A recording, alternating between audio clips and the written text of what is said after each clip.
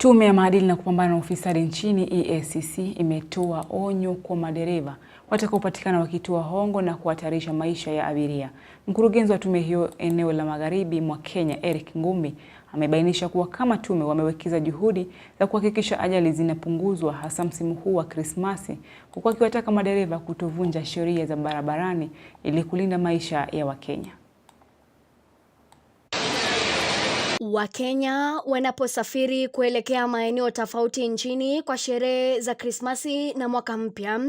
Tume ya maadili na kupambana na ufisadi nchini EACC sasa inawataka madereva na wananchi kujiepusha na mwenendo wa kutoa hongo kwa maafisa wa polisi, ikionya kuwa ukiukaji huu unaweza kuathiri usalama barabarani na kusababisha vifo kutokana na ajali ambazo zingeepukwa. Ajali hizi ambazo siku za hivi karibuni zimeweza kuongezeka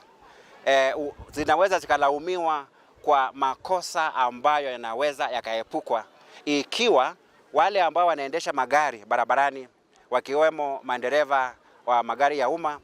na wale madereva wa magari ya binafsi, wangeweza kufuata zile sheria za trafiki ambazo zimewekwa kwa ajili ya kuhakikisha usalama barabarani. Mkurugenzi wa EACC ukanda wa Magharibi mwa Kenya, Eric Ngumbi, amewataka madereva kutohatarisha maisha ya abiria kwa kutoa hongo kwa maafisa wa trafiki. Hatua hii, anasema, itaepusha kesi za ukiukaji wa sheria za trafiki, zikiwemo kuendesha magari yasiyostahili barabarani, mwendo wa kasi na kupakia kupitia kiasi kinachostahili cha abiria. Tuwachunge wale abiria ambao tunabeba.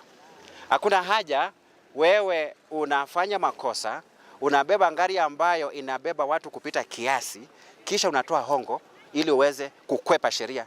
na hatimaye unaua watu. Kwa hivyo mtindo huo ambapo madereva wengi are driving people to death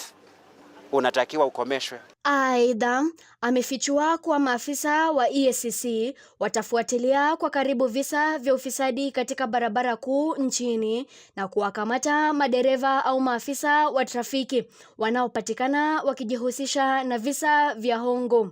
Mashirika haya yatakuwa katika barabara zote kuu, yakiwemo EACC, polisi, NTSA na mahakama, kwa sababu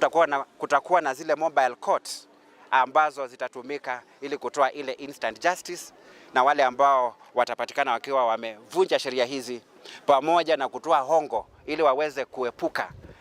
uvujaji wa sheria za trafiki waweze kuchukuliwa hatua hapo hapo. Tahadhari hii ya EACC inakuja siku moja baada ya Jaji Mkuu Martha Koome kutangaza kuwa mahakama za muda zitawekwa kwenye barabara kuu zote nchini, wakishirikiana na huduma ya kitaifa ya polisi, mamlaka ya usafiri na usalama barabarani NTSA na tume ya maadili na kupambana na ufisadi EACC, ili kuimarisha utiifu wa sheria za trafiki kupitia kwa kuwakamata na kufungulia mashtaka papo hapo kwa wale wote watakaohujumu sheria za trafiki.